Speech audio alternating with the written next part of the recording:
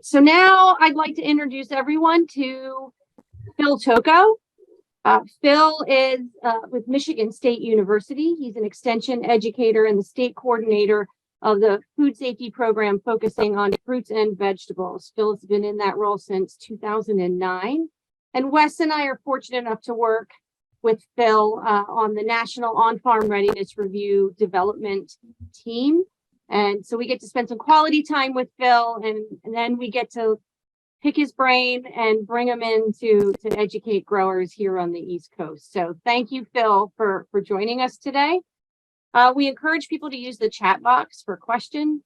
We'll be monitoring that chat box, and then I can cut in if there's something that we need to ask Phil. But thank you again for joining, and it's all yours, Phil. So first off, I want to thank Meredith and Wes for the invitation. I do really appreciate hearing from other people in different places, because that helps me better understand needs and how they're different or the same across the country. Thank you all for joining us. I appreciate you guys telling me who you are and who each other are. One of the things that I find is that the people, as much as I may know some stuff, but the people in the room are the real experts. And so you who do it every day, there are going to be things you draw on, and knowing who's in the room is really important, because then you can take that information and maybe follow up with someone in the room, because there may be an answer to your question somewhere here. So I wanted to bring that about and let you know. In the same respect, when it comes to your workers may have knowledge that, if shared, may really positively affect the produce safety workings of your farm. So it's important to understand giving everyone a chance to talk about things can help bring them about. And we'll get into a little bit of that later on in the talk. But again, my name is Phil Tocco. I work with Michigan State. I have worked for Michigan State, Purdue Extension, and also Rutgers Cooperative Extension for a while. So I've had some experience in New Jersey as well.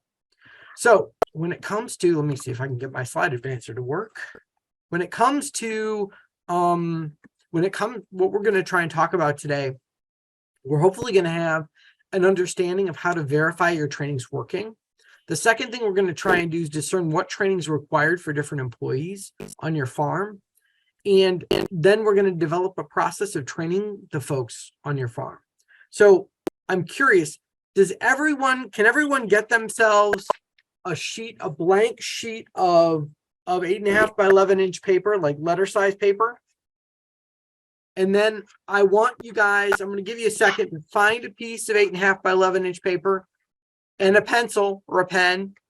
And then I want you to fold it into thirds letter style, because we are all going to write a training plan on the fly right here as we're going through this talk. I think it's important that whatever we do is practical, it's easy to implement, and that we put it to use right away. So we will be talking through the steps of writing a training plan, and you will be building a training plan simultaneously while we're talking about it. So we'll give you an opportunity to do that. So I'm going to give you a second so you guys can go out and get a piece of paper real quick, and get a pencil if you don't have one. Let's build a training plan together. I said we'll get a blank sheet of paper, and then fold that paper letter style in thirds, and then have a pen or pencil handy. So we're going to build our training plan on that paper.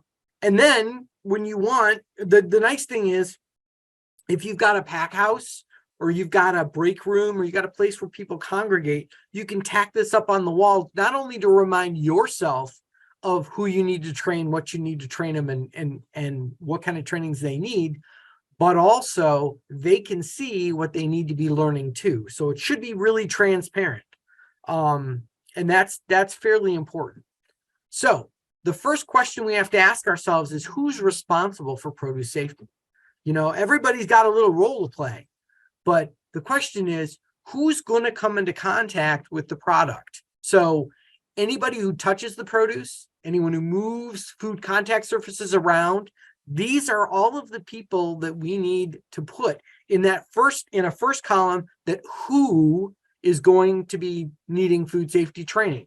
So it could be pest, and I would group them in large groups. So like, for instance, Mark's probably got work crews that he often, with the farms that he works with, they have work crews. For some of you in smaller operations, I think of my garden as something I want to make sure I've got food safety background of everyone that comes into contact with the produce. So in my backyard, as being if I was making this for my backyard, you know, my wife sometimes goes out to pick produce before she cooks it. So she needs to be, at least have a little awareness of produce safety. And my youngest daughter, my 14-year-old daughter, needs to have some knowledge too, because sometimes my wife sends her out too. So we need to, on both scales, we need to think of all of those people. So it could be pesticide applicators, could be crop scouts if you got a crop scout out there, could be harvest workers, could be supervisors, could be graders if you've got a grading operation as part of your farm, could be the truck operators. There may be a situation like in blueberry fields. We've got a lot of situations where a custom crew comes in and there's a grower, and he calls the custom crew. They come in and they bring all their own equipment and everything, and they do all that. So the grower is the only one who has to be responsible for his own training and the training of the people, like pesticide applicators and such, that are in the field during growing, but not during harvest. So thinking about that, and write the broad categories down in that left-hand column. And it's basically the who. So that left-hand column again is who is responsible for food safety.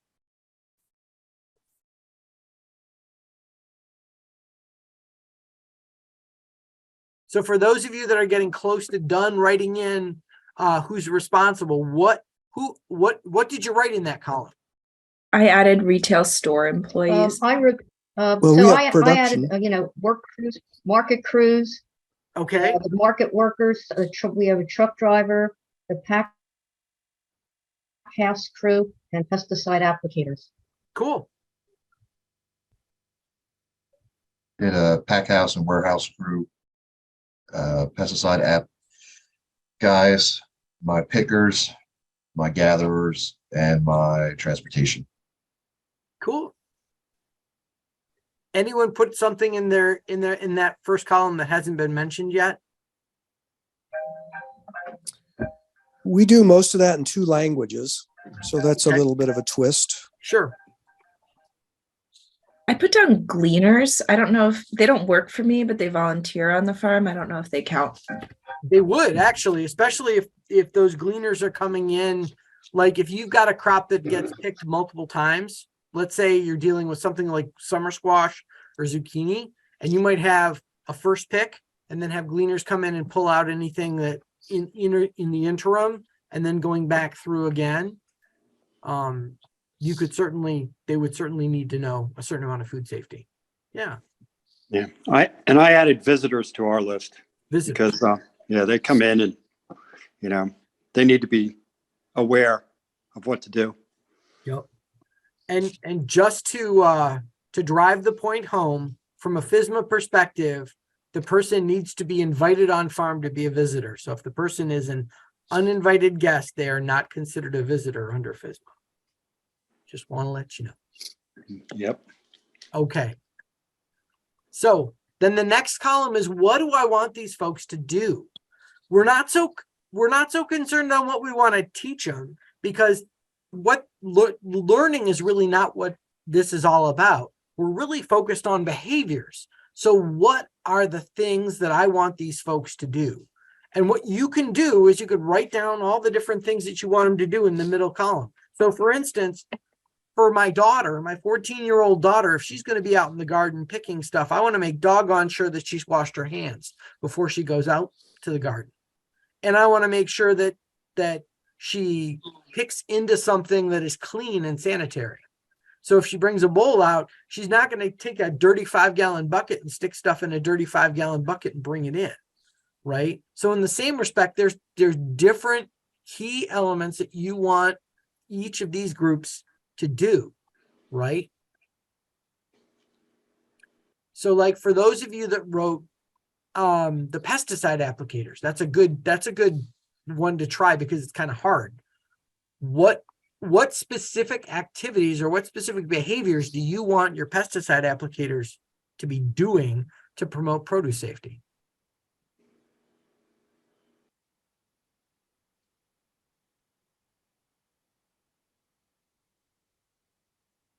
I can give you a hint, maybe. We need to know that that equipment was clean when it went into the area. So we need Okay. a log of the sanitation of the equipment itself. Possibly on a large scale operation, I would agree with you.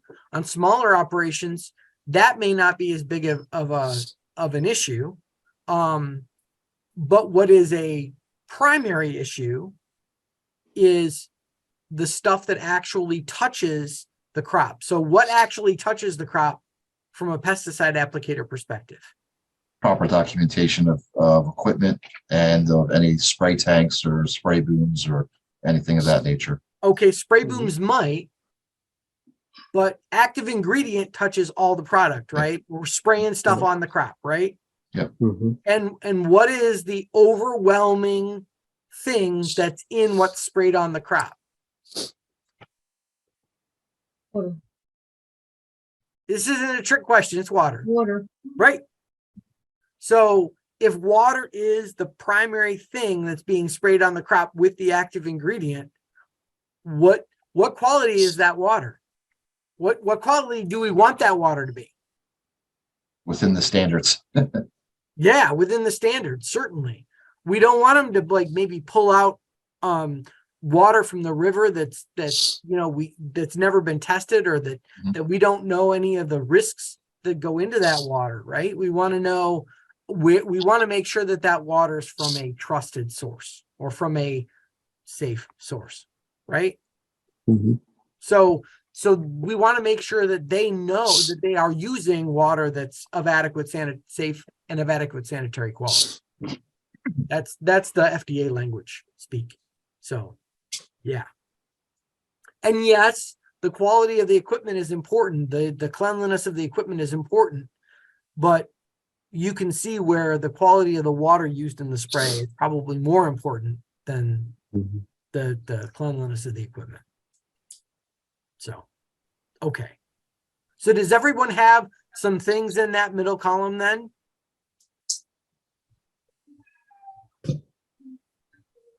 Yes. Okay. Mhm. Yes. Anybody want to share some of these behaviors?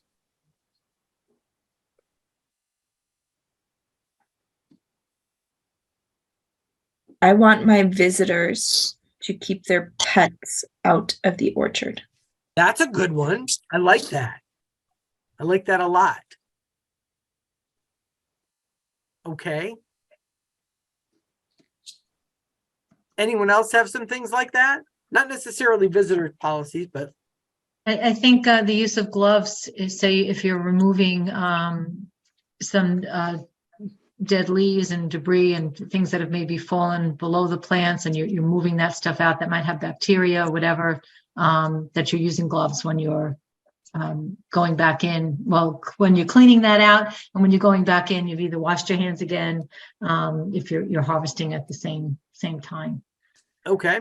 I don't know if I used the right language there, but You want to make sure their hands are clean when they're picking produce. Would that be a good way to put it? yes, but like if they're doing more than one task while they're there, that you may have to wash in between as well. Are you seeing how we're sort of workshopping this? It's getting a little bit more defined as to what we want them to do as we continue to talk this through. Anyone else have some things? All these, things that we do, we need to monitor them and make Oh. sure that they're getting done. Okay. So We'll do that with logs or with, actual watching what people are doing. So you want to make sure that record keeping is happening. Right. It needs to, Okay. in order to know that that the things are getting done. Okay. So record keeping would be one of your critical behaviors that you want to see all the time, every time. Yeah. How many folks have to meet more than just the produce safety rule? who have to do GAP requirements or have special industry standards. I know Mark's got not only GAPS requirements, but probably special industry standards, knowing what Yeah. he wants. Yeah. Harmonized Gap Plus we use. Okay. Okay.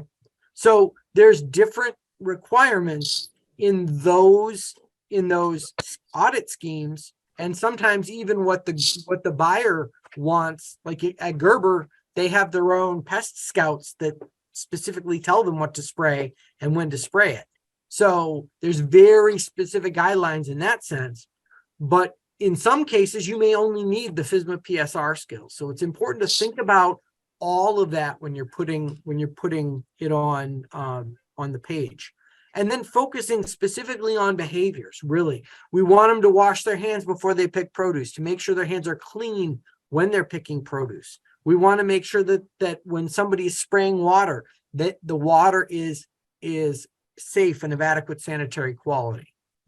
So those are the keys to think about putting in that middle column.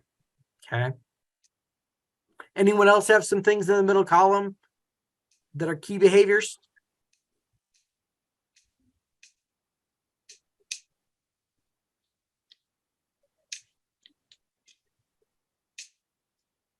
Making sure they don't come to work while they're sick. Yeah, don't pick when you're sick. Don't come to work when you're sick. Absolutely. Barbara, if I got sniffles, is that a problem? It is. Is it? Only if you're going to be packing produce and picking produce. You Is could it? find, don't you think? It could be. Or, I mean, to you, it could be. Most of the disease symptoms that folks are worried about from a food safety standpoint are those that convey foodborne illness. So things like vomiting, diarrhea, nausea, jaundice, fever with sore throat. Those are some of the ones. Now FDA, I think it's only nausea, vomiting, diarrhea, and jaundice. But yeah, but definitely if they're sick, maybe they shouldn't be working with produce, because that could potentially spread. The goal is to keep poop off food, basically, is what we're trying to do. So anything that's going to make it easier for poop to get on food, we want to minimize. So, okay. So now we've got the who, and now we've got the behaviors we want, the what. Now what? So the next bit is really to go through and find out what training do they need to get these behaviors. Okay. Now, you really want to think through the training resources that can help you in getting workers to behave how they need to. There are extension classes. There's the PSA grower training out there. You can do morning meeting reminders. Most folks that have work crews have a short morning meeting every morning, right? And they're telling them what they need to pick, what grade, where they're picking in, what block they're going to be picking out of, what grade they're looking for, all of that stuff. A quick reminder about washing your hands or doing something produce safety related is a good ad. It's a good way to do that. Another thing to do would be incentives, like incentivizing, okay, I put a thing of Jolly Ranchers by the hand wash station so that when you come out of the toilet and you go to wash your hands, you got a Jolly Rancher. Are you going to pick up a Jolly Rancher with dirty hands, or are you going to clean your hands and then go pick the Jolly Rancher up? You know, those kinds of things, although they'd have to rewash their hands, but that's another thing. That maybe not be a good example, but the idea being incentivizing good behavior, really pushing it to make it the preferred method. Really focusing on behaviors, really focusing on what things do I want them to do and how can I make it easy for them. Another good example is putting a hook by the toilet so that they remember to take off their if they're wearing aprons or they're wearing pick bags, to take off their pick bags or their aprons or their harnesses before they go into the restroom, so that way they leave that stuff outside, so they're not putting it on the ground. You know, and a hook, it could be a hook or it can be a big nail, so it doesn't have to be an expensive ad to really create an incentive for them to do the right thing. So write those down in the third column. We'll give you a second and see if what folks have come up with. Does anyone want to share something they put in that third column? I actually like having pictures or icons as opposed to individual language, especially when you can have multiple languages spoken on a team. Absolutely. So, and one of the things I wrote down, a job function is sort of sanitation or janitors, who's cleaning surfaces inside a wash and pack barn or something like that. And then do they know how to properly mix the right solution in their water and things like that? How do they test it? So to show pictures of what's right, what's not right on the wall where you mix those chems, whether it's a produce rinse or a sanitizer. So that's one of the things I wrote down.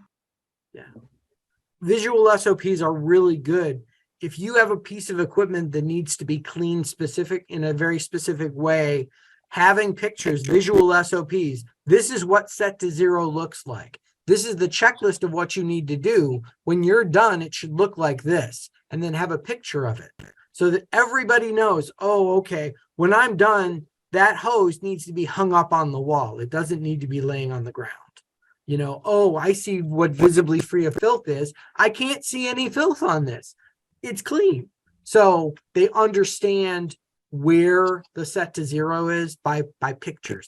It works really well. I've seen some really good visual SOPs out there that have minimal writing on them, but have maximal effect because they use the picture to tell the story of what the grower or the food safety person really wants. So, yeah. Anyone else? I have posted pictures, posted SOPs, all within the same areas where these actions are taking place, as well as on the exterior restroom doors and all entry doors, as well as on the inside before walking in or before leaving the bathroom as reminders and everything like that. Cool. Yeah, that's also another good one. So now you've got, what you need to teach or what they need to do and how you're going to get there with them on that sheet.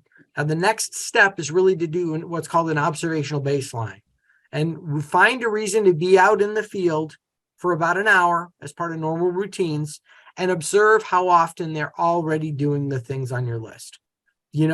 There may be some people who've got great hand washing technique and they do it all the time. And there may be others who don't do such a hot job that need a little bit of a tweak. Take note when they perform those unsafe activities and then write it down later in that second column. So you know which of those things in that second column you need to go double down on. And then really adjust your training needs based on that observation. If you need a reason, say you're doing pest scouting in the field, or you could say you're taking soil samples and get a soil corer and core around some of the plants or something, find an excuse so that they don't know they're being watched by you when they're doing their job, but they get an idea, they can keep doing what they're doing and you can get an idea of what they're doing. So start with that observational baseline. Once you've got this sort of preliminary list and then hone it from what you find. Then is training understanding that training is perpetual. It's training, and retraining. Every interaction really should be part of training. You don't need to have records for all the training, but you do need to have records from some training and have that logged as being done. How many folks use a video to give their employees some training? Does anyone use like the Cornell video or something like that? I see one hand. Mark does. I hear another one. I think that was Bruce that said that. Yep. Anybody else? So the Cornell video. Go ahead. Sorry. I have this book from Penn State, and it's in Spanish, and so it has pictures, and we gather around at the beginning for food safety. And one of my guys will read it in Spanish and write, on the other page that I'm looking at is the English translation. Okay. And then after key pages, will talk about it and ask questions, or let them ask questions if they don't understand something. So that's been like a pretty good help, with the visual pictures of what to do and not to do. Sweet. That does sound like a good. I think I've seen that tailgate. I think I've seen that tailgate resource before. It's really, really good. It's So- Pennsylvania Ag Extension Flipbook. Very good, very useful. Yeah. And I know Luke Laborde's shop put it together and has been pushing it out for a number of years, and I like it. It's a good resource. Another thing to remember is always follow up a goof with a little training. So whenever somebody messes up, when you see them mess up, reinforce the right way to do things. Always follow it up with a little training. Course corrections are training. It's on the job and it's right then and there. It could only take 5 seconds, but in doing that, you're continuing to show not only that you care about what they're doing, but you care how they're doing it. So it's really important to do that. So keep it up and keep reinforcing the positive behaviors. So once you've done a training for, once you've done interventions that are training, whether that's training them, sitting them down, watching a video, or doing the flip book, or correcting a couple of people over time, watch them again for an hour as part of normal routines. Find another excuse to be in the field for about an hour and observe how often they do the things you taught them. And then take note of when they perform those unsafe activities, and then write it down. Okay. So you've got an observational baseline, and then you have an observation of the results, an observation of what actually your training accomplished. And this is important to compare those two observations to see if it made a difference. And it's really important to think about, okay, this didn't make a difference, so I need to do more or different in this area. Or this made a big difference. I need to keep doing that again and again every year. So to give you a sense of feedback of, okay, what I'm doing is making a difference, or it isn't. So when folks are not doing what you want them to do, it's really a message. The question is, are you listening? It's really hard sometimes when you're busy doing what you're doing on the farm to make a profit, to think about, why aren't people doing certain things? I tell them to do this and they keep doing different. So you have to ask yourself, are the right tools in place? It's hard to wash your hands when there's no soap in the dispenser. It's also really challenging to wash your hands in the in like October when it's cold outside. Well, at least up here it's cold outside, and we're still picking apples in October, and we're expecting farm workers to wash their hands before they go back to work. It's not a pleasant experience. I've done it a couple of times. It's not fun. So having the right tools in place is important. Then the next question is, are the tools in the right places? How often have you gone to write down a record, like to record something on a clipboard, and there's no pen close or no pencil close? If somebody doesn't like writing records in the first place, to have them stop and go find a pen or pencil to write down on the record sheet, or even to go find the record sheet if the record sheet isn't right near where the activity is taking place, that's going to just shut it right down. They're going to be like, forget it, I'm not writing it down. So it's really important to have the tools right at hand when they need, right where and when they need to have that record. It could be a situation where you've got a Google form where someone's got it up on their cell phone while they're in the field and they make the record on the Google form. So keeping those tools in the right place is really, really important. And then the next step is, do the employees have the right training? If you're sending out the guy who lays irrigation pipe to take water samples for water testing, they may not know how to take a water test. They may be, oh, okay, you just want me to grab water. So they may just go ahead and grab water and go, take it to a lab, not really knowing what they're doing. So it's important that they have the right training to go with it. They really ought to know how to test the water and be trained on how to test the water and the kinds of things they need to think about and look for. Does that make sense? Okay, I see some head nods. So this is where I get wonky on you guys, because I'm going to introduce some wonky concepts. First off, there is a term for there's this term for adult education called andragogy, and it's basically how we teach adults. And Knowles comes up, this guy Malcolm Knowles came up with 4 concepts that really resonate a lot when we're trying to teach farm workers or other people on an ag operation how to do stuff around food safety. The first thing is they need to be involved in the planning and the evaluation of their instruction. So you think about it, I've been actively engaging you guys in this training. We've been talking through each step. You've been telling me what you've been writing down. That's really important to model that in every situation. Another thing to keep in mind with Knowles that Knowles brought up is the idea of experience, including mistakes, provides the basis for learning activities. So it's important to draw on those mistakes and talk about it. Then adults are most interested in learning subjects that have immediate relevance and impact to their job or their personal life. So you want to teach them something right about the time they're going to need to use it. And that's also important. And then adult learning is problem-centered rather than content-oriented. Remember, we're trying to change behaviors. What we teach them is really dependent on changing their behaviors. So we start with the end in mind. We want them to behave in certain ways. These are the problems that we have, and we work back from there. So when it comes to adult involvement in education, there's some ways to do that.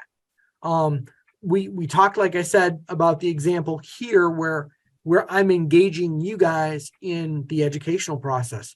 But another way to do that with farm workers is using glow germ. I don't know if folks are familiar with glow germ. It's a glowing substance that folks then can wash their hands, and you use a black light to see how well they did washing their hands.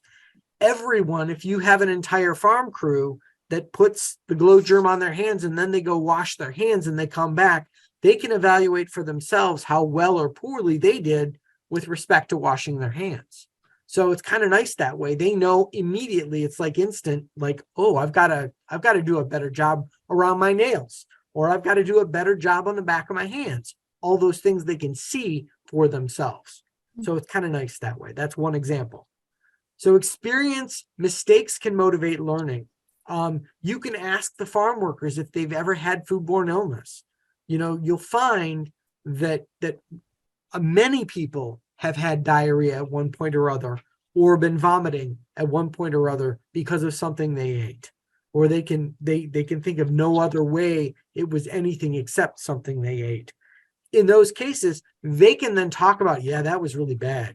And then you were off work for, a day, 2 days. Yeah, that was bad. That laid me up for a while. Okay. So let's think about the people that we don't know that are getting it from the food that we're eating. How can we better approach it that way? So understanding that this is the basis for why we're doing this. Immediate relevance is also important. You really want to have training on something that's immediately relevant. Many folks talk about wildlife damage or contamination response right before they go out in the field to do harvest, so that the farm workers understand and know exactly what to do if they see a little pile of poop next to produce or on produce. If they have bird poop on produce or something, they know immediately what to do, whether that's put a flag next to the plant or don't harvest it, but put a flag next to the plant, create a buffer zone, don't harvest around that plant. All those things are important to discuss in advance. And that's a way to have a direct and immediate relevance right before they go into the field to use that knowledge.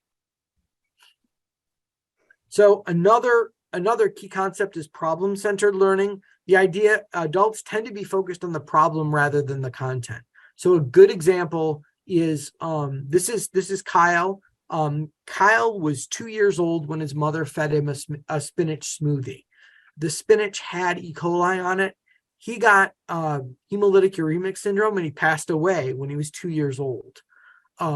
Many people have heard about Kyle from the farm, the managers and the supervisors in Salinas Valley, because in 2006, when he passed away, they started talking about what happens when you get when you get E. coli, and why it was important. And many farmers in general would stick Kyle's picture right next to the reminder to wash their hands. And a lot of farm workers would see Kyle's face, remember the story of Kyle, that Kyle died from eating E. coli laced spinach, and he died. They would use that as a recognition. Oh, I've got to wash my hands. This is why I've got to wash my hands. He's the reason I need to wash my hands. So it helped to reinforce that. And it was really important in that way. So how you deal with noncompliance, you also need to think through in advance. And it will vary based on the number of workers that you have, the kinds of jobs that you have, and how you pay your workers. Because you can change all of these things, and it's important to think about these things. You know, if you've got a lot of workers, you can afford to have one person that you basically dismiss for noncompliance. But you might want to think about a 3 strikes rule, where the first strike, when I see you messing up once, we're going to retrain you and tell you need to do this better. When I see you messing up again, then we're going to change what job you work on. Instead of giving you piece rate, we're going to put you on an hourly position, so that way you're losing a certain amount of ability to go further in terms of monetary gain. It's a little bit of a penalty, just to give you the sense this is really important to me, and you need to be, dealing with something. You need to be doing something better here. And then the last bit is really thinking about putting them on a job where they're not going to come into contact with produce, or food contact surfaces. And how you pay the workers makes a difference. If your piece rate, moving them to an hourly position, that's potentially a way that could give you a certain amount of okay, we can change this, and it's a bit of a stick. So in general, we discussed the 4 concepts of adult education involving students in their education, helping them learn from their own experience and teaching them something they can do right now, and then making the learning problem-centered. And then we talked a little bit about thinking through a policy of what to do in the event a farm worker chooses not to comply. We have to think about that in advance, and we need to have that put in place. Here's my contact info. I'm going to send a PDF of the slides to Jen and Meredith, and they can get you a PDF of the slides, and hopefully we'll have some other background info with this as well, so that you can use it at your disposal. Couple things. This is a free app that we put together in Michigan that's useful anywhere. We have a farm worker texting service. So once a week, a farm worker can receive a text for your farm. You can actually have your farm signed up, and there will be a number, a farm code issued to you. And the farm workers, when they get the text, they can enter the farm code number, and the farmer will receive quarterly a report of all of the farm workers that have seen the texts and registered the code. It is fairly anonymous. It's relatively no strings in terms of it's confidential. There's not a lot of things that you need to do besides signing up as a farm and then giving that code to your farm workers as they work. It's basically texting training to 888-531-2157. It is also available in Spanish, the same number, but texting capacitar to that same number, they can get Spanish texts, Spanish language texts. So some of them are pictures, some of them are words, some of them are short videos. So it's an easy way, a quick, easy, and free way of not only getting texts or getting a record of training, but also getting training done too. That's one. And then the other thing that we wanted to let folks know about is the rest of the series. They start winter of 2023. And then you've got all of these things, and there's a QR code in the bottom that you could scan to register for the rest of these.